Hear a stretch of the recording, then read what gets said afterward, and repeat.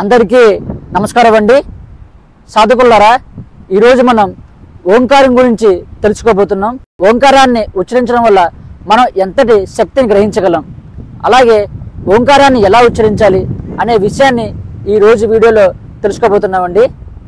సాధకులారా, ఈ యొక్క సృష్టి అనేది ఓంకార శబ్దంతో సృష్టించబడింది.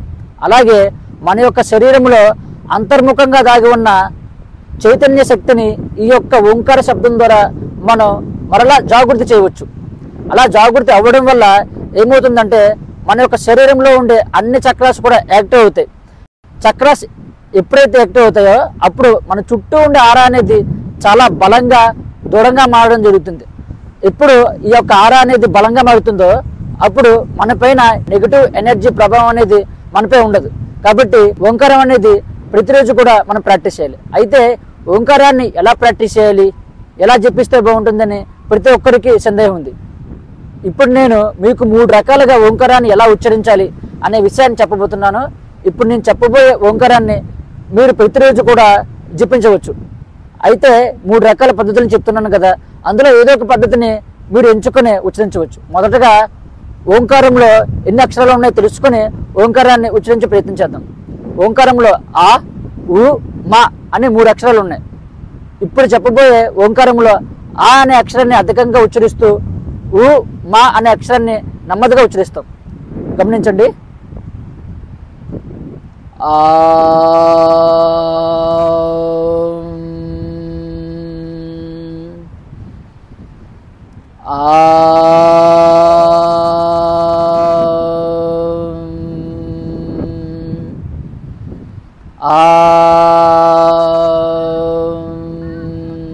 మనం ఈ విధంగా ఓంకారాన్ని ఉచ్చరించడం వల్ల మూలాధారం, స్వాధిష్టానం, మణిపురం ఈ చక్రాస్ 3 కూడా యాక్టివ్ అవ్వడం జరుగుతుంది. అలాగే ఇప్పుడు మనం ఉకారాన్ని అధికంగా ఉచ్చరించి అకారాన్ని మకారాన్ని తక్కువగా ఎలా ఉచ్చరించి ఓంకారాన్ని ఉచ్చరించాలో తెలుసుకునే ప్రయత్నం చేద్దాం.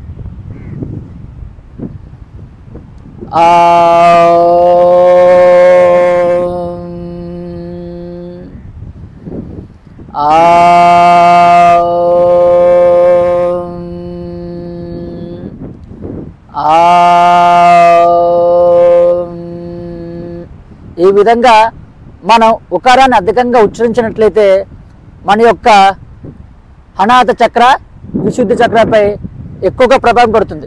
తద్వారా మనలో ప్రేమతత్వం అలాగే వాక్సిద్ధి కలిగేందుకు అవకాశం ఉంటుంది. ఇప్పుడు మకారాన్ని అధికంగా ఎలా ఉచ్చరిస్తూ అకారాన్ని ఉకారాన్ని ఎలా తగ్గించి ఉచ్చరించాలో తెలుసుకునే ప్రయత్నం చేద్దాం.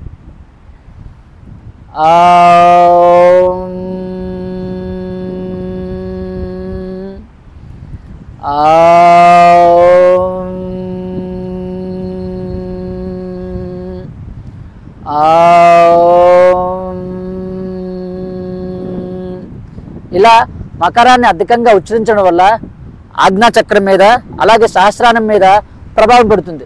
తద్వారా మనం మనపై అధికంగా పడే ఆలోచనల యొక్క ప్రభావం నుంచి తొందరగా మనం తెప్పించుకోవచ్చు. అలాగే ఆజ్ఞాచక్రం, సహస్రాన చక్రం అనేది ఓపెన్ అవుతాయి, యాక్టివ్ అవుతాయి. యాక్టివ్ అవ్వడం వల్ల అధికంగా ప్రాణశక్తిని మనం గ్రహించగలం. ఇక్కడ మీరు గమనించవలసిన విషయం ఏంటంటే మీ యొక్క మూలాధార చక్రం, స్వాధిష్టాన చక్రం, మణిపుర చక్రం ఈ చక్రాలని అధికంగా యాక్టివ్ చేయాలనుకున్నప్పుడు అకారాన్ని అధికంగా ఉచ్చరిస్తూ ఓంకారం చేయండి. అలాగే అనాహత చక్రం, విశుద్ధ చక్రాన్ని యాక్టివ్ చేయాలనుకున్నప్పుడు ఉకారాన్ని అధికంగా ఉచ్చరిస్తూ ఓంకారం చేయండి.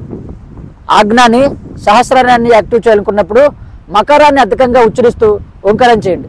మొత్తం అన్ని చక్రాలను కూడా యాక్టివ్ చేయాలనుకున్నప్పుడు ఈ 3టిని కూడా సమపాలంగా ఉచ్చరించే విధంగా ఓంకారాన్ని ప్రాక్టీస్ చేయండి. అయితే మనం రోజుకి ఎన్నిసార్లు ఓంకారం ఉచ్చరించాలి అనే డౌట్ కూడా ఉంటుంది. మీరు మొదటి వారం రోజులు 9 సార్లు ఓంకారాన్ని ఉచ్చరించండి.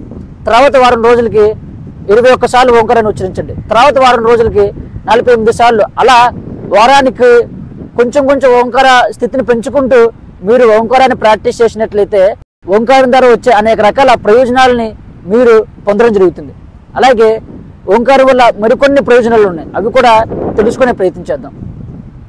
ఓంకారాన్ని మనం ప్రతిరోజు కూడా ఉచ్చరించడం వల్ల మన శరీరంలో రక్తపోటు అనేది తగ్గుతుంది. అలాగే శరీరంలో మలినాలు అంటే మన చుట్టూ ఉండే ఈ యొక్క ప్రపంచం నుండి గ్రహించిన నెగిటివ్ ఎనర్జీ అనేది మలినాల కింద ఏర్పడతాయి శరీరంలో, అవి పూర్తిగా క్లీన్ అవుతాయి.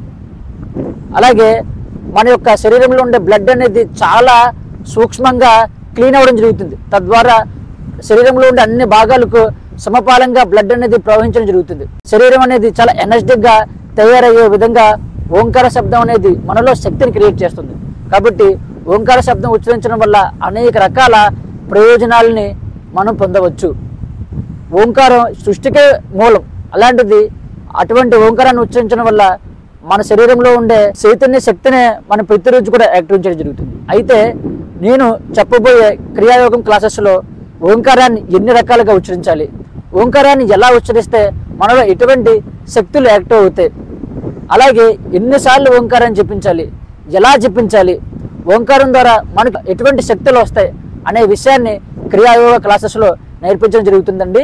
ఈ యొక్క క్రియాయోగం క్లాసెస్లో మానసికమైన ఒత్తిడిని ఎలా తగ్గించాలి, శారీరకమైన అనారోగ్య సమస్యల నుంచి ఎలా బయటపడాలి, ఆనందకరమైన ఆహ్లాదకరమైన జీవితాన్ని ఎలా జీవించాలి, అద్భుతంగా మనల్ని మనం ఎలా డెవలప్ చేసుకోవాలి అనే విషయాల్ని ఈ యొక్క క్రియాయోగ క్లాసెస్లో చెప్పడం జరుగుతుందండి.